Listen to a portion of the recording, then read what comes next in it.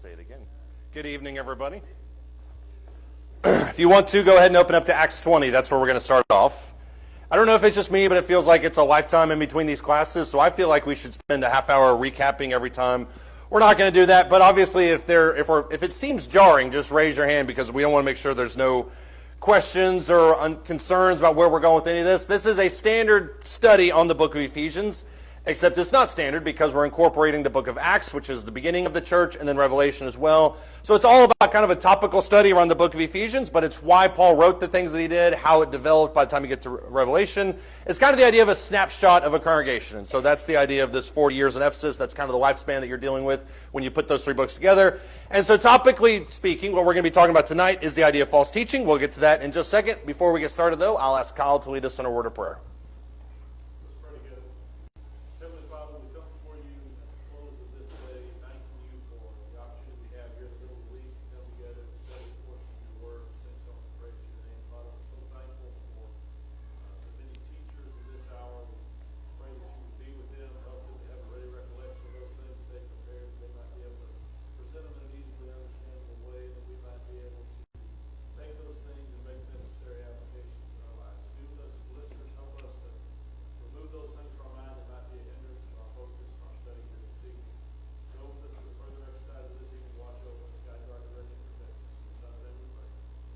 Amen. Thank you.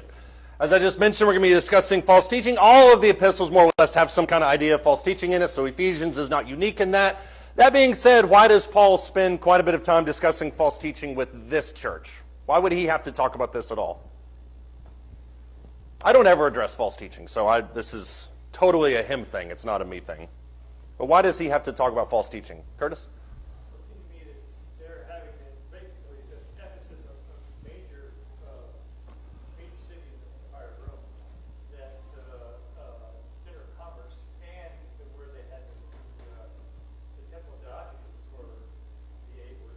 Artemis?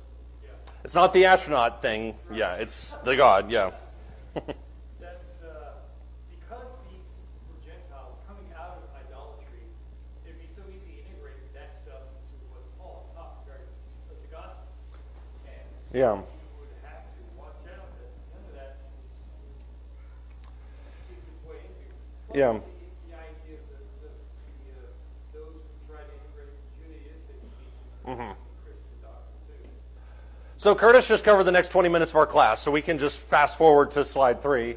No, you're right, and I like the word that you used, which is integration, because I think when you're talking about false doctrine, that's oftentimes the key word in it. We have this idea sometimes when it comes to false doctrine that people just get these concepts out of thin air, that they just kind of came up with it, and I was just sitting in my office and thought about it and decided how to preach on it. That's most often, at least in my experience, not the way that false doctrine creates itself. It comes from shared experiences. It comes from seeing this and kind of integrating this religion with that. That's certainly the way it worked in the Old Testament, where you had Israelites mingling with the outside cultures. And so you mentioned two of them specifically, which is the Gentile culture, and then you also have the Judaistic culture. When you mix those two types of cultures inside Christianity's bubble, what kind of false doctrines could you come up with? And there's literally not a wrong answer to this, unless you mention Barney or something that's more modern day. But what kind of religions or false teachings could you come up with? How could you distort the gospel of Jesus in a bunch of different ways? I don't know why I chose Barney either, so don't stare at me too hard. I mean, they had a problem with that would say you had to be circumcised before you could become a Christian in Christ. That's true. So that's one way. Yeah, that's one of the big ones, and that's why the Jerusalem Conference existed. Of course, that was before the development of the church in Ephesus, so maybe that kind of idea, it certainly didn't go away, because you can see Paul dealing with it in Galatians. But you're right, circumcision obviously would have been a big deal when you see that incorporated inside the church. So I guess maybe the idea is you had to become Jewish before you became Christian. Yeah, and I think that's what Paul is grappling with, that one for sure, yeah. Think about it from the Gentile perspective. If you're coming to it from a polytheistic pagan culture, how could you distort the gospel of Jesus? Yeah. So he was a God, but not the God. Right. He's more of a pantheon of gods, that he just happens to be the God of our people and not those people. I think that's one of the ways that you could talk about it. What else could you say, Paul?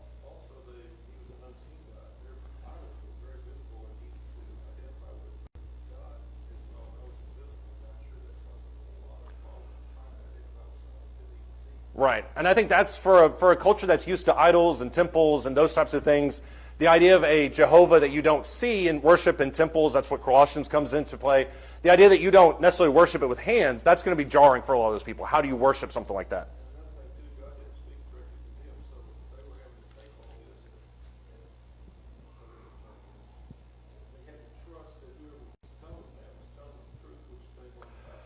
Right. Well, not unless you had miracles to back it up. And that's what we talked about, I think, a couple weeks ago, was miracles that verify what these people are teaching. And so that's one of the reasons why miracles were so important to those people, is because you didn't have all these other things, and so now you have that to authenticate it. Curtis? The issue of eating meat that had been sacrificed to idols and been purchased in the common markets. Mm-hmm. In Rome, you see that, and also in Corinth, there were restrictions there. So I would imagine that was a common issue among all Right. all places in Yeah, and I think there are probably some people who decided to integrate that worship directly. They say, well, I'm going to eat this meat even knowing it was sacrificed to idols, so I'll dabble a little bit of this and then a little bit of Jehovah worship. So you kind of mix and match the two because you have the best of both worlds. Look in Ephesians chapter 3, because this is one of the, I know I mentioned Acts 20. I'm going to pivot here for just a second. Look in Ephesians chapter 3. Every time I come across this section in this study, as I'm preparing for it, I think about what Paul said here. Ephesians chapter 3, starting verse 8. He says, to me, the very least of all the saints, this grace was given to preach to the Gentiles the unfathomable riches of Christ. So there's that idea of unfathomable, invisible, this you can't comprehend it. To bring to light, verse 9, what is the administration of the mystery, which for ages has been hidden in God who created all things, so that the manifold wisdom of God might now be made known through the church of the rulers and the authorities in the heavenly places. Paul brings out this word mystery. Obviously, we know what he's talking about, Gentiles and Jews kind of moving into the same church. If you're a pagan person coming in, how could you exploit that word? If Paul uses the word mystery, what could you say? Right. You either had these little, you sometimes had these people that kind of operated independently. Yeah, like a soothsayer, and I heard this thing from me, and now I'm telling it to you. So that's, I think, one way in which you could talk about it. How else could you exploit that word mystery? Yeah.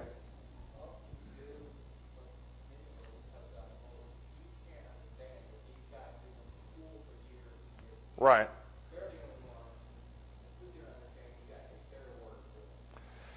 Yeah, I think that would probably be, unless you're talking about that prophetic class that we were just talking about with the pagan, with the soothsayers and kind of things, that would be something that would develop much later. But I do think you're right. I think this is kind of a elitist mentality. This is not for you, it's for me to dispense to you. I do think that's a part of it too.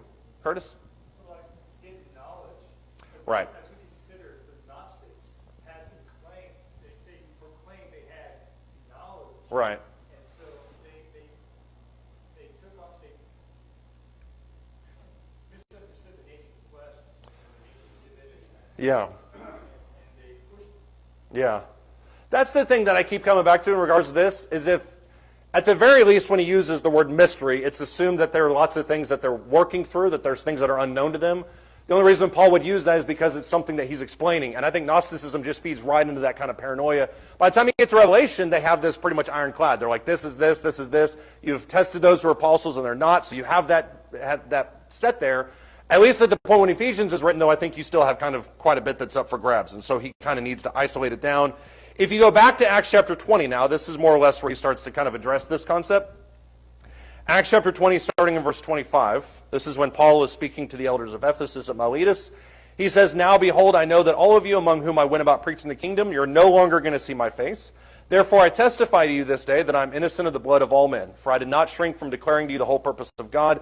Be on guard for yourselves and for all the flock, among which the Holy Spirit has made you overseers to shepherd the church of God, which he purchased with his own blood. I know that after my departure, savage wolves will come in among you, not sparing the flock. And from among your own selves men will rise, speaking perverse things to draw away the disciples after them. What does he tell them in those verses? Because there's two places where he kind of addresses false doctrine outside of Ephesians. This is one of them. What does he tell them here?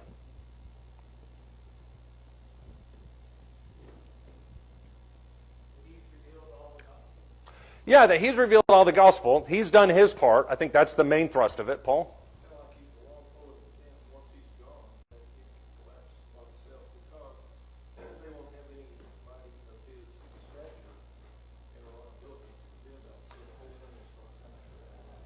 true too, although I guess I should have read through verse 32, because 32 is where or verse 31, he says, therefore you be on the alert. So he passes the buck off to them, but you're right. I mean, there's nobody certainly of his stature. Now it's on them. What else does he tell them, though? Because he gives them a very specific type of warning here.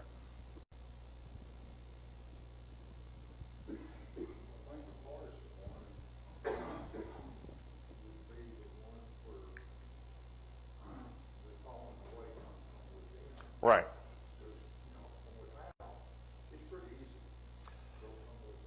Right.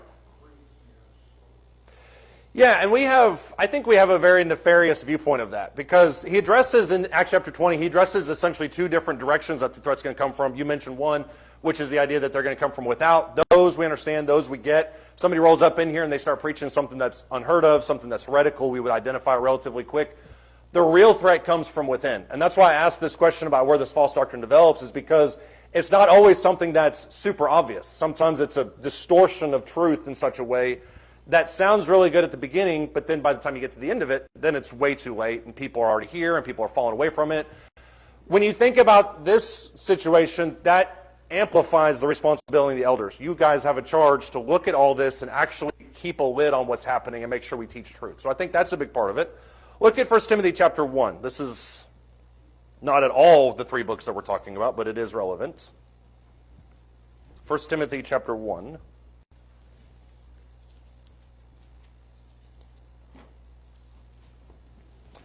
First Timothy chapter 1, starting in verse 3. This is Paul talking to Timothy, who is in Ephesus. He says, as I urged you upon my departure from Macedonia, remain on at Ephesus so that you may instruct certain men to not teach strange doctrines, nor to pay attention to myths, to endless genealogies, which give rise to mere speculation, rather than furthering the administration of God, which is by faith. But the goal of our instruction is love from a pure heart and a good conscience and a sincere faith. For some men straying from these things have turned aside to fruitless discussion, wanting to be teachers of the law, even though they do not understand either what they're saying or the matters about which they make confident assertions. What does he warn them about here? And he warns Timothy about specifically. And this is where you have the development of pagan thought, Jewish thought, leads to false doctrine. What does he tell him?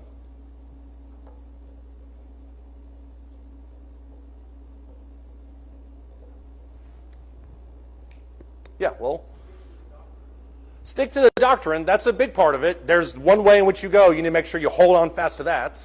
What's involved, though, in sticking to that doctrine? It's not to diminish that, but it's really easy to say stick to the doctrine until these things start to threaten it.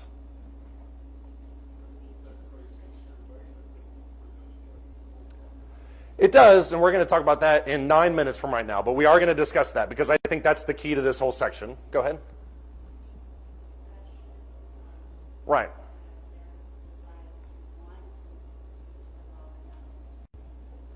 Right. Right. When you look at the specific threat that he addresses to Timothy in this passage, it actually creates a pretty good roadmap of what's going to happen. He talks about in verse 4, myths. He says endless genealogies, which give rise to speculation. Basically, we're just going to waste our time talking about nothing that really matters at all, just makes ourselves sound really smart. Verse 6, we're turning aside to fruitless discussion. Verse 7 is a distinctly Judaistic type of thing, wanting to be teachers of the law, even though they don't understand what they're saying or the matters about which they make confident assertions. What could somebody say if they were talking about that? If they're a Jewish person that's in a Christian church and they're speaking passionately and arrogantly about stuff, what could they try to force on people? Circumcision is one thing they could try to enforce. Go ahead.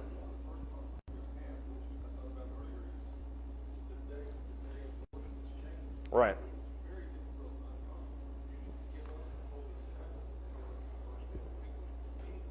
Right. Yeah, and there's nothing, I mean, some of them probably kept the Sabbath for their own conscience, just like Paul kept Nazirite vows. That's different than what you're talking about with Acts where they met on the first day of the week. You're right. I think that would probably be at least a little bit of a shift in their mind to move it to that day. Curtis? Basically, those tenets of the old law of Moses. Right. Back so much that it is through the adherence to the law of Moses that we find salvation. Right. Yeah, if you look at Colossians, for instance, I think it's in chapter 2, he talks about the feast days, which don't really have any bearing on salvation. People are trying to keep them, to bind them on people just because they think they should. Colossae is not that far from Ephesus, so you're dealing with probably the same subset of people that believe that you should keep these feast days, probably you should be circumcised, try to enforce all these different things, and then use the old law to kind of buttress that.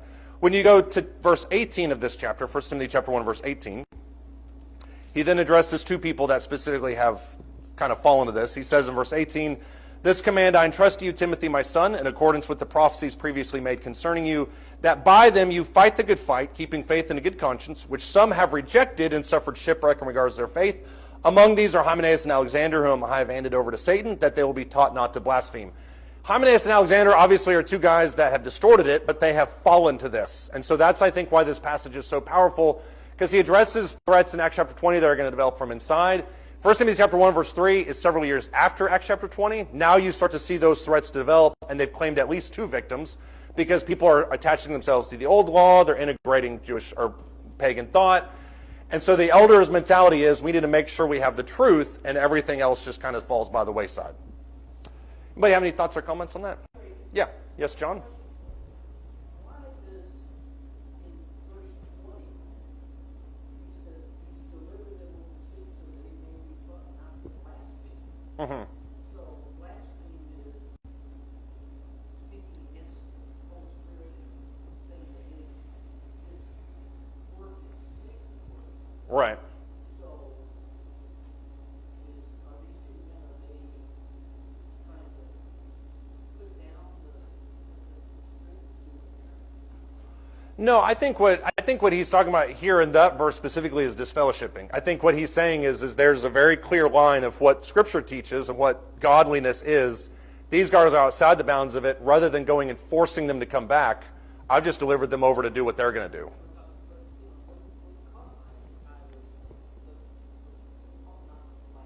Right.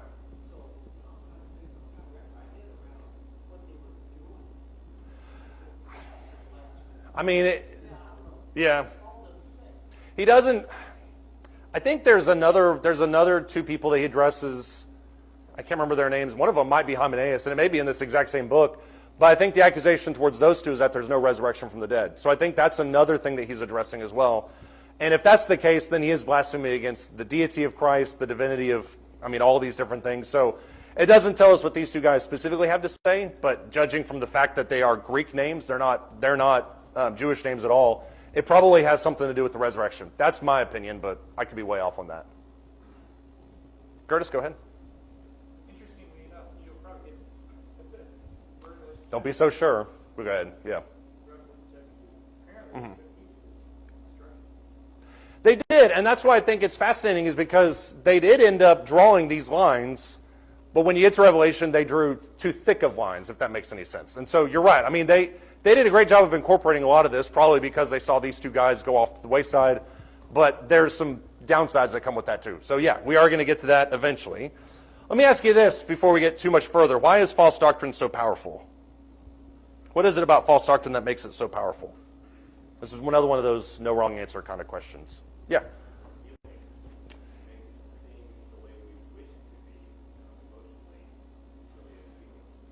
It is appealing.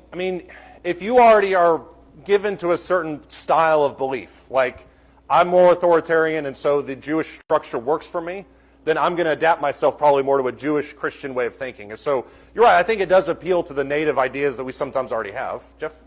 It might have little nuggets of truth Yeah. within the whole doctrine. Okay? Yeah. Enough to hook the person. Right. It's always, Yeah, I know that's true, but yeah. a follow-on is not. A and B are correct. That means R also has to be right. And that's, yeah, you're right. I think there's enough there. And I'm thinking of one guy in particular that I read recently who it seems like if he says something, then he gives you two paths. He constantly chooses the more sensational of them. But it's kind of rooted in truth, I guess, along the way. Yeah, there's enough Yeah. something there. Right. You keep saying, well, I can see that. Well, I can see that. Well, I can see that. Yeah. Paul?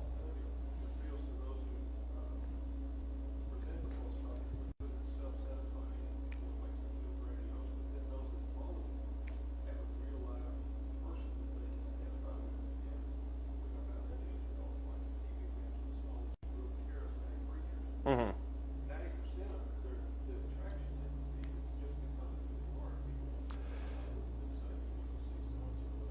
Yeah.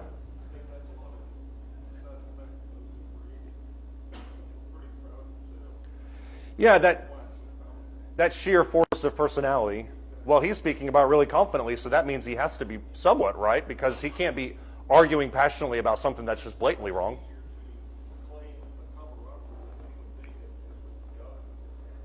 That's true too, yeah. I don't have any football heroes. I have a Bo Jackson, but he's kind of a mix, so yeah, a little bit of both there. Go ahead, Curtis. Two major threats. One is it will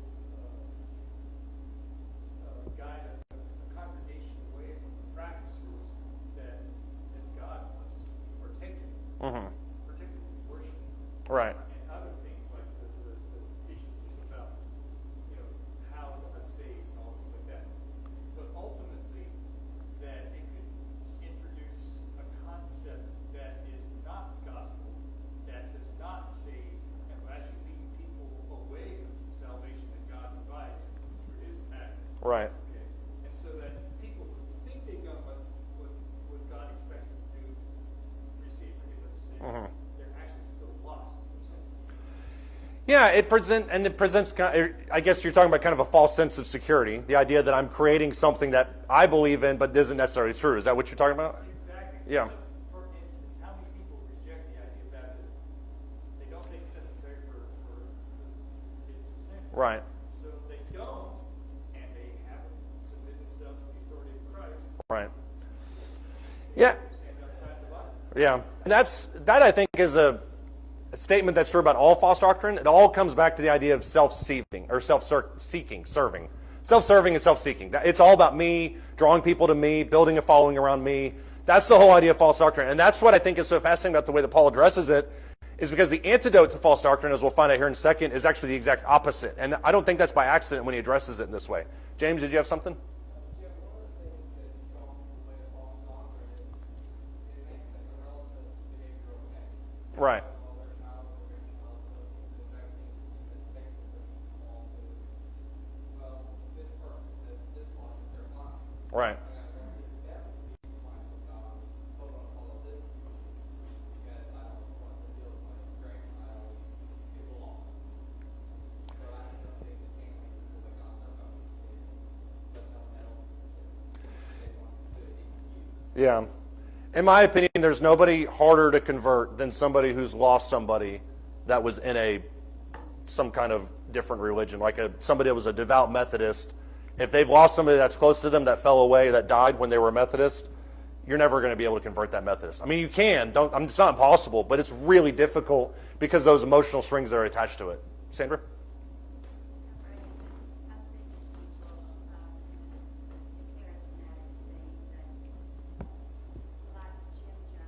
Mm-hmm.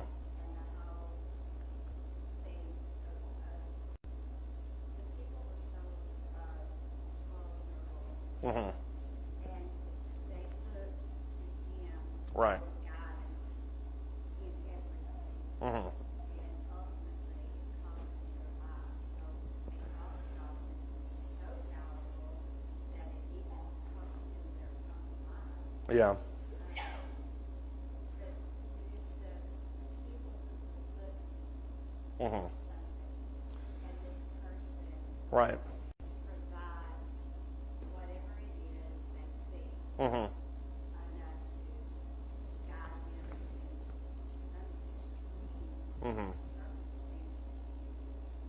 But we have that today in the mega churches Yeah. where, and now they're doing, what do you call the churches, like, there's one church in Are you talking about satellite campuses? Yeah. you don't even see a person, you see them on video, Mm-hmm. they're totally mixing. Mm-hmm. Like them ironically converting the movie theater here into a satellite campus. Same thing, yeah. Just a different movie that plays, but yeah. And it would be so simple Mm-hmm. to just give them enough to help.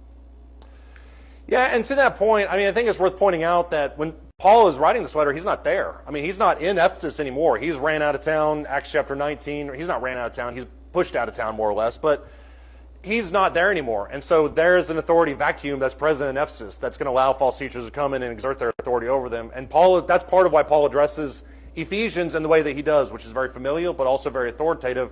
It's no surprise why in that book he talks about them as being his beloved children. He addresses them as a father. He addresses them as a mother. It's very much what he does to the church at Thessalonica, but that's because he has such a love for them, but he also realizes there's dangers present. And I think all of this comes into play when you look at the things that, I know everything everybody said was true. When you look at the specific reasons he argues for why false doctrine is powerful, it comes down to several factors. Number one, it comes for the weak. It comes to people who are kind of unsure, that don't know, that are easily kind of manipulated. It comes aggressively. It taps into these emotional outputs that people have. It really takes no prisoners. It also comes from allies, people that you don't expect. You've been friends with for 30 years, and all of a sudden they're kind of going off the deep end. I didn't really see that. It comes constantly. He talks about that in Acts chapter 20, verse 31. There's not going to be an end to this. This will be an ongoing fight for every eldership and every Christian, no matter where you're at. I like this one the most in a negative way. It comes via curiosity. If you look in 1 Timothy chapter 1 and verse 4, he mentions specifically this idea that people just kind of listen to genealogies. They listen to doctrines. They listen to all these different things. And curiosity builds and builds and builds. And there are certain people in this world that are given to sensationalism. The more sensational it is, the more credibility that they give it. And so that just is just easy fodder for false doctrines or false teachers. It comes up empty. You have this non-issue that doesn't even devolve into anything. He says there in verse 4, it literally does nothing. So I think that's one of the reasons why it's so powerful, is because it promises the world and yet doesn't deliver. But ultimately it comes back to the idea of pride. That's what he mentions there in 1 Timothy chapter 1 and verse 7. So this is all, I think, part of why he addresses this idea of it becoming so powerful. What is the best defense for false doctrine? And don't say true doctrine, because that's a given. What is the best defense against false doctrine?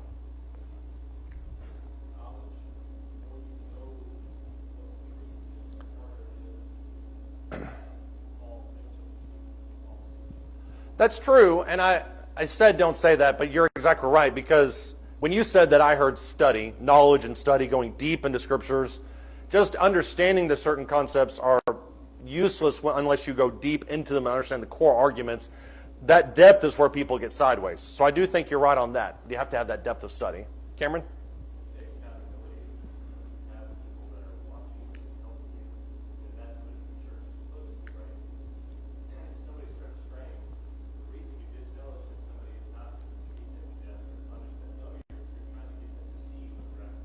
Right.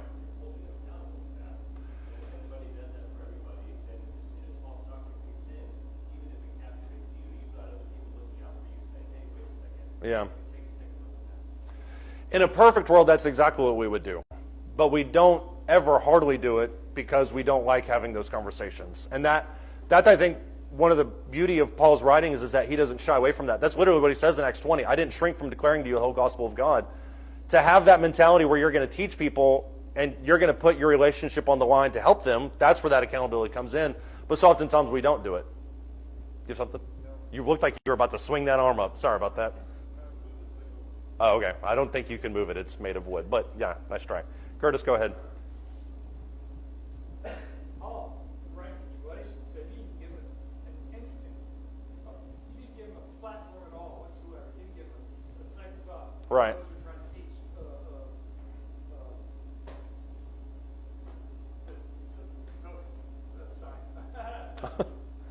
I can't help you. I don't know.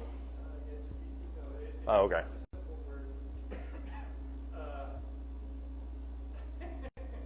That which divides the Jews from the Gentiles, that token between God and Abraham. Is it circumcision? Yes. Okay. John actually got that. That wasn't me. I thought you said bird, and so I was trying to think of birds that's different. I'm like, that's goats and sheep, but that's a different thing. Yeah. He doesn't. Yeah, he doesn't abide by it at all. And when you get to Acts 15, that's how he addresses it. He's like, this makes no sense. And we need to address it because it makes no sense. But it has the potential to really mess a lot of things up. I think circumcision is one of those things that the early church could have said, well, maybe, maybe not. But Paul draws a hard line, and I think he does for the better. The best defense for false doctrines we just mentioned is actually there in 1 Timothy chapter 1 and verse 5. And it was mentioned and alluded to by both Kyle and I thought Cameron. The idea of the goal of instruction is love from a pure heart and a good conscience and sincere faith. There's two prongs of that. What does he mean when he says that in verse 5? The goal of our instruction is love from a pure heart and a good conscience and sincere faith. So instruction is there. That was said by a few people. Teaching, accountability, that kind of thing. But not just teaching. What kind of teaching?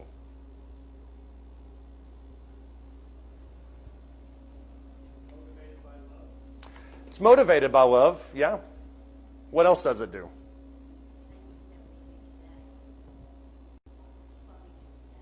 Mm-hmm.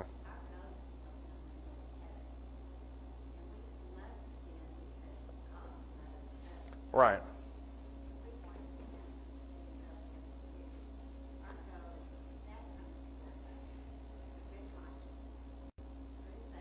Right. It is exactly what we do.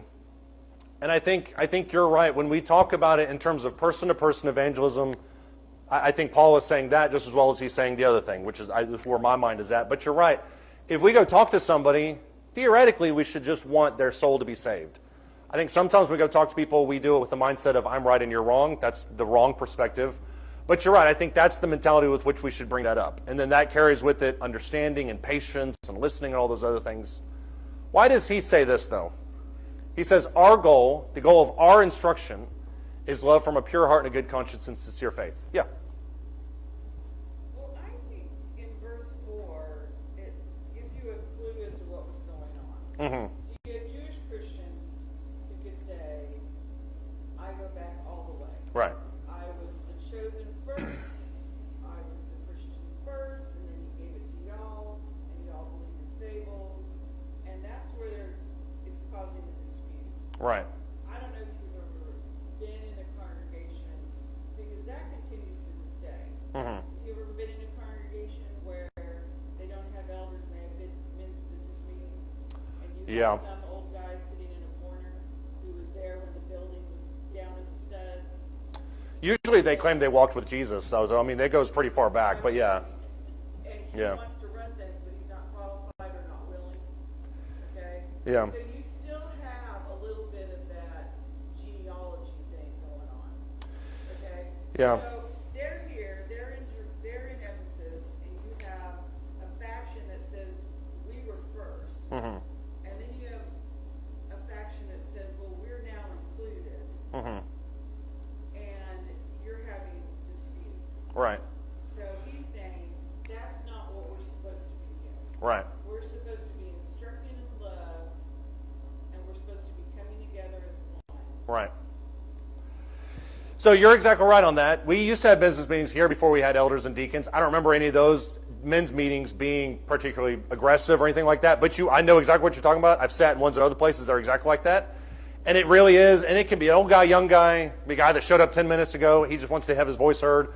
But it's whatever it is, it's this domination. And I'm going to control everything by virtue of my voice. And I think you're exactly right. That's the opposite of way that these things are supposed to go. Think about this from Paul's perspective, because you're both right in the sense that this is the way we should be talking to each other. Why does Paul say this about himself? He says the goal of our instruction, talking about himself and Timothy, the goal of our instruction is love from a pure heart and a good conscience and sincere faith. What is he saying and what is he not saying by saying that? When we teach people, what is he saying? And this goes back to what Sandra talked about. That pretty much describes his life. It does. Outlook. You know, he did everything with a pure heart. He was forgiving the Christians. Right. And he had a good conscience. Right. And he had a sincere faith. He did. But then when he repented and Mm-hmm. baptized, he's coming back now with a pure heart and good conscience. Right. That's the mark of a true teacher, is when it's not about themselves, it's about the goal of the instruction, which is creating love and faithfulness inside the person, not towards themselves, but as Paul talked about, always he gives the glory towards God. The opposite of that is a false teacher who does nothing but try to draw attention to themselves, create a power or following for themselves, create a platform for themselves.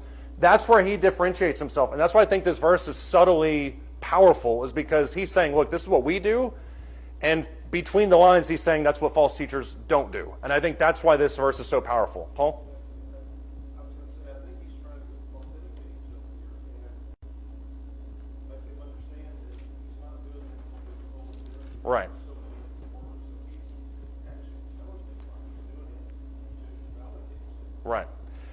Right. And that's why I think when you look at so many passages in Scripture, that's why he gets emotional about it. He talks about, you're my children. I birthed you. You guys were, I love you deeply.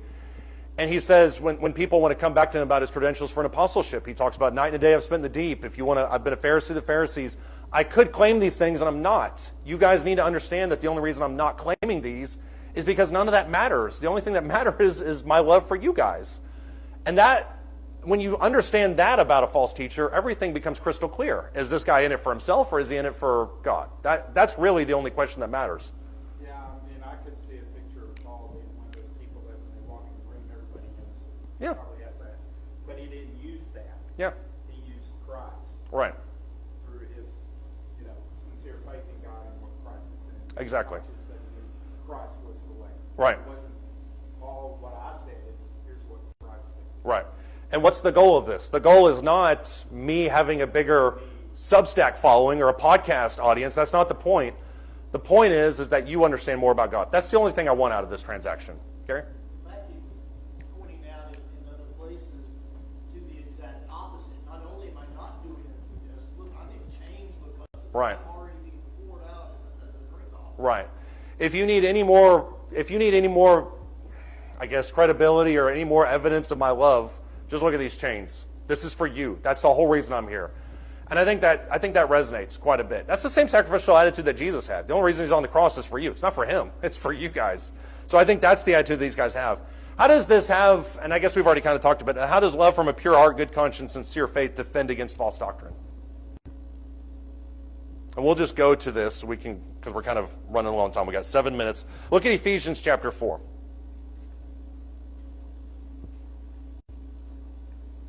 Looking at it through this lens, there's things he says in Ephesians that kind of reinforce this idea, which we'll come back to because I think there's several reasons for why he says the things that he says.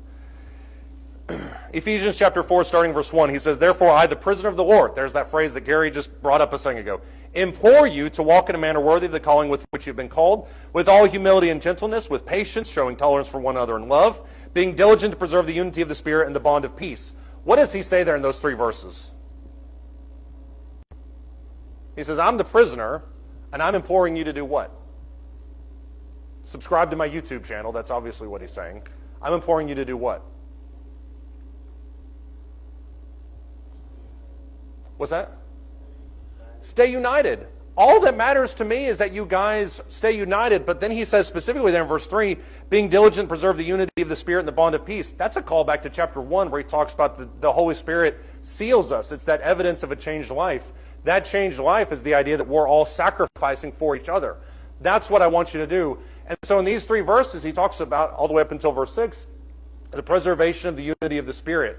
If we're all sacrificing and serving and loving each other, then it keeps that unity together. When you look at verse 7, he then talks about the actions that we have attached to that. Verse 7, he says, "To each one of us grace was given according to the measure of Christ's gifts." Wherein it says, he ascended on high, he led captive a host of captives, he gave gifts to men. This is kind of an ethereal kind of section, but in verse 8 or verse 9, now this expression, he ascended, what does it mean except that he had also descended to the lower parts of the earth? He who descended is himself also he who ascended far above all the heavens so that he might fill all things. That's a commentary on the Old Testament verse.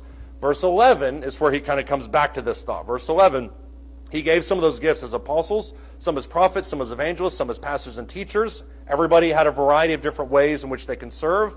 But it's ultimately, verse 12, for the equipping of the saints for the work of the service to the building up of the body of Christ, until we all attain to the unity of the faith and the knowledge of the Son of God, to a mature man, to the measure of the stature which belongs to the fullness of Christ. You have your talent, you have your thing, you have your thing, but what's it all for? It's not to develop your own allegiance, but what? To work together. That's the sincere love. That's that pure faith. That's that pure heart, that desire to just share the gospel with other people and build them up. So not only does this preserve the unity of the Spirit, the idea that we're not working against each other, but then it gives everyone a role to then project outwards and try to help everything else as well. All of this, I think, kind of goes hand in hand with all of this. Somebody have any thoughts or comments? Yep. And the beauty of it is it gives everybody a role to kind of path that y'all are the end of the same goal. Right. Exactly. I may have my role, you have your role, Gary has his role, James has his role, but none of us are doing it our roles for ourselves. We're all building each other up together. And if we're all building each other up together, then nobody is trying to pull away unto themselves. That's the difference in direction that he brings up here. Yeah. Verse 4 emphasizes the whole reason why we work together. Right. One body. That's right. I was trying to think of it. Yeah. One body, one spirit. Right. There aren't other churches. Right. There's not, if me and Curtis got into a fist fight, there's not the Church of Brady and the Church of Curtis. That's not the way it works. The way it works is we're all building together to come to the knowledge and the obedience of Jesus. That's the way that it works. Yeah. I agree with that. We don't have time to get into this, but if you look at the backdrop for what he eventually talks about with the armor of God, which he discusses there in chapter 6, a lot of what he says here in Ephesians chapter 5 kind of feeds into that. When it comes to preventing false doctrine, when it comes to preserving the unity of the bond of the Spirit, you can't really compromise on that. If you compromise just a little bit, what happens? Let's say you think to yourself, all right, this little false doctrine, weird idea that Kyle has there in the back, we're just going to let him sit with that for a little bit and not ever address it. What happens over time? We're going to accept more of it. Kyle's just going to become a cancer in our church, and then before we know it, we got to kick him out through the stained glass windows. But you're right, that's not before he infects everybody else. Kyle's a good dude, by the way. We take him out the front door. Go ahead. What happens is some people accept what is in the will of God. Right. Some people say, wait a minute, this is not according to what the book says. Right. You're not willing to take one chapter and verse, you're willing to accept you go Right. Right. over what the book says. Right. Does my faith rest in what, I don't know why we're picking on him, but does it rest on what Kyle says, or does it rest on what Jesus says? Does it build up? Does it tear down? Does it unite? Does it divide? Those are questions that are worth asking before you get to the doctrine itself, at least in my opinion. Let me ask you this, because this was brought up earlier in regards to Revelation chapter 2. What happens when you draw too many lines? Because false doctrine needs to be defended against. No argument there. What happens when you draw too many lines, or draw them with too thick of lines? James?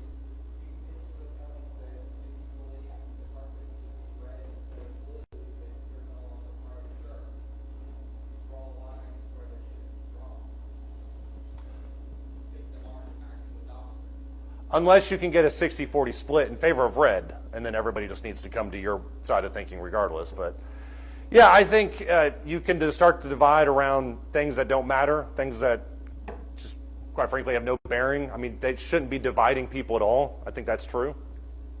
What else happens when you draw too many lines? Joe? You also get to be too mechanical. Yeah. You lose the spirit. That to me is the biggest issue. Paul, go ahead. Well, too many lines, there's no salt branch. Right.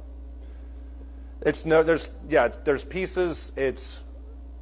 I hate the way that people say it, but that unity and diversity idea, where we all believe whatever we want to believe, but look at how we can work together. That's not really the Christian model. The Christian model is that we work together and we believe and share that common faith. That's the idea, the unity of the Spirit, those kinds of things. Not you have your heresy and I have mine. That's not the way that it operates. Yeah, well. Yeah, build bridges, don't draw lines. If you have your opinion, like James was talking about earlier about red carpet versus blue carpet, there are things that you should be willing to give up if it means not starting a fight. I mean, I'd be willing to have whatever shade just as long as we all got together. That really should be the ideal. Curtis, go ahead. Where Ephesians encourages us and exhorts us to be unified in unity. Mhm. 1 Corinthians 1 teaches us where that's found. Right. Yeah. It's always towards Jesus. It's never towards ourselves. Yep. Sandra?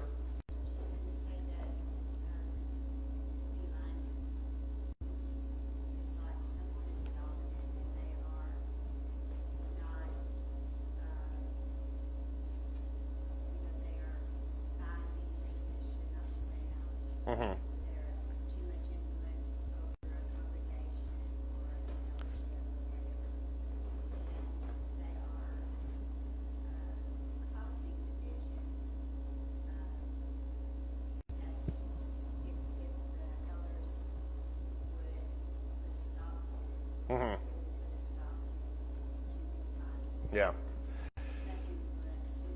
There's one voice louder than the other. Right. The only voice that matters is God's, the elders, that kind of, they're the ones in charge. Luckily, Jesus dealt with this in Revelation chapter 2. I know your deeds, your toil. I know your perseverance. I know you reject evil. I know you test apostles. I know you've endured. I know that you hate the deeds of the Nicolaitans. You're doing a lot of good things. But as Joe mentioned, you've left your first love. You've gotten too mechanical with it. It's become a more matter of rubrics and standards rather than it is sincere love and growth and patience and those kinds of things. So there is a sense in which you can become too mechanical as well. All right, so we'll pick up next week. Thank you, guys.